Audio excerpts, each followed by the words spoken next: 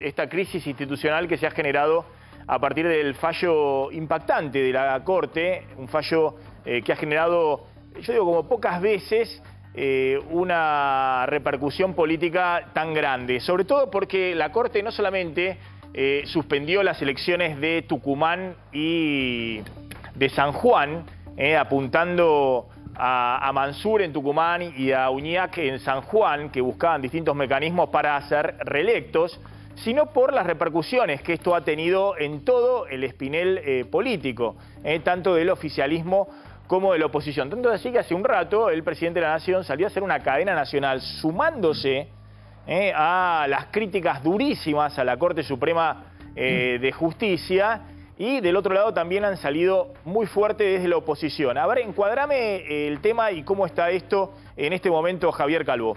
Sí, ayer, justo en el final del programa, anticipábamos la decisión de la Corte de suspender las elecciones provinciales en San Juan y en Tucumán. Tucumán va a acatarlas totalmente, esta suspensión. San Juan parcialmente. De alguna manera lo que va a hacer es, San Juan decidió que va a votar este domingo en las elecciones municipales, va a elegir autoridades municipales y provinciales legislativas, salvo gobernador, pero lo que generó esto es, bueno, una ola de críticas desde el peronismo hacia la Corte. No necesitaban mucha excusa para hacerlo, en medio de que se está sustanciando un juicio político en la Cámara Baja desde hace varias semanas, y la salida del presidente, inusual, por cadena nacional, otra vez contra la Corte, eso no es tan inusual, lo que genera ahora reacciones de Juntos por el Cambio. Ya tuiteó Larreta, ya tuiteó Bullrich. Vamos paso a paso, vamos paso a paso. Lo primero, institucional. Exactamente, tenés una placa ahí, convulsión política por la suspensión de las elecciones.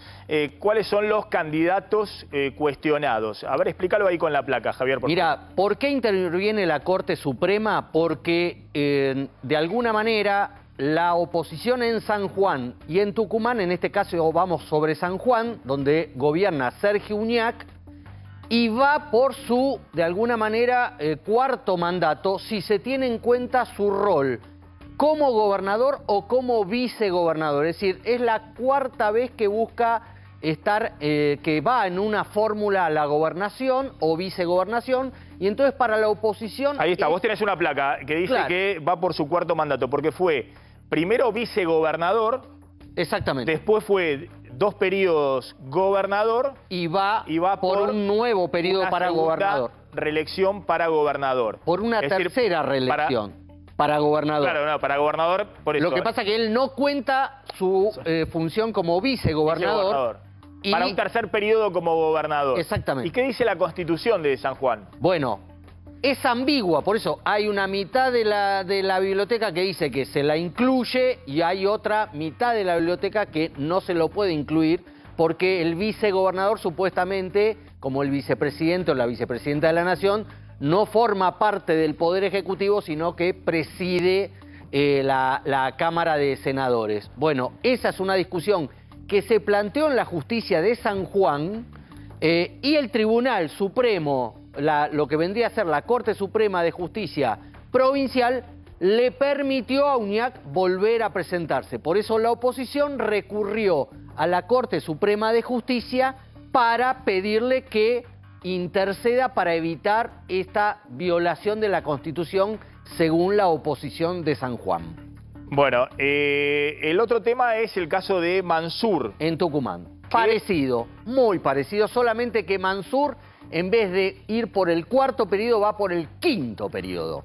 Y desde ese punto de vista, también incluye la oposición que lo denunció las veces que Mansur fue vicegobernador.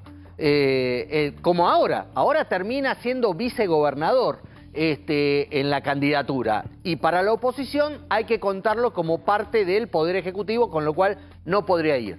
Idéntico al tema de San Juan. En Tucumán la oposición recurrió a la justicia tucumana, el equivalente a la Corte Suprema de Justicia de Tucumán, validó la presentación, la candidatura de Mansur. Por eso recurrió la oposición de Juntos por el Cambio a la Corte Suprema de Justicia, que terminó fallando ayer, no sobre el tema de fondo, sobre si es constitucional o no que se presenten, sino que mientras estudia el tema de fondo, planteó una cautelar que suspende las elecciones en estas dos provincias que se iban a desarrollar el domingo. Bueno, ya vamos a seguir con las placas de Javier para poder analizar con él todas las repercusiones políticas que ha habido muchas reacciones de todo tipo en el ámbito político, desde el oficialismo, de la oposición, pero ahora vamos a ir con la doctora Bolosín para que nos explique cómo votó cada juez de la Corte para suspender las elecciones de este domingo en Tucumán y en San Juan. Bueno, fallo importante, ¿no? Estos dos que suspendieron las elecciones, ahí tenemos una plaquita de cómo votaron los jueces. Bueno, por un lado tenés Rosati, Maqueda y Rosenkrantz, que son quienes votaron por suspender cautelarmente las elecciones en las provincias de San Juan y Tucumán. Lorenzetti no está, no es que votó en disidencia, sino que está de licencia, está en el Vaticano con el Papa. ¿Qué llama la atención acá? El voto de Rosenkrantz. ¿Por qué? Bueno, porque en 2019, en el caso de Beretilnec, en la provincia de Río Negro, Rosenkrantz votó a favor de la reelección, ¿no? De sostener que eso se podía hacer con una interpretación muy restrictiva de lo que permitía en ese momento esa decisión. Así que esto es lo que decidieron los jueces. Lorenzetti no votó, los otros tres sí. Veremos qué pasa con el fondo del asunto, cómo va a ser Rosenkrantz para justificar esta decisión que modifica lo que había decidido en aquel momento en 2019. En el caso de Santiago del Estero, el primer fallo de la Corte sobre esta cuestión en 2013, bueno, ahí no estaban ni Rosati ni Rosenkrantz, tampoco había estado Jayton de Nolasco y sí estaban todavía Petraki y Fait. Ahí la Corte por mayoría completa había decidido suspender las elecciones. Bueno, ¿cuáles fueron las claves del fallo de la Corte? Bueno, a ver, tenés varias cuestiones ahí. La primera es, la primera pregunta es, ¿la Corte Suprema puede transformarse en un árbitro de las democracias provinciales? Esto es lo que vamos a terminar de saber cuando la Corte resuelva sobre el fondo del asunto. Hasta ahora, digamos, lo único que sabemos es hay una cautelar que suspende las elecciones. Pero es una pregunta relevante, no solo para este caso, sino para muchos otros. Por ejemplo, algo que nada que ver, me dirás vos, pero que es la educación obligatoria religiosa en Salta. ¿Te acordás aquel caso? En ese momento, Horacio Rosati, el actual presidente de la Corte, dijo, miren, las provincias tienen que tener un ámbito de autonomía para organizar su estructura constitucional e incluso para establecer cuál es el alcance de los derechos. Y allí la Corte no tiene mucho para decir, ¿no? Si respetamos el federalismo, tiene que haber algún límite de hasta dónde puedo entrar. La pregunta ahí que nos tenemos que hacer es, ¿la Corte Suprema de la Nación puede decirle a las provincias qué se entiende por una república? Por ejemplo, ¿tiene que haber necesariamente recambio de autoridades para que haya una república desde el punto de vista de la nación y entonces la Corte puede obligar a las provincias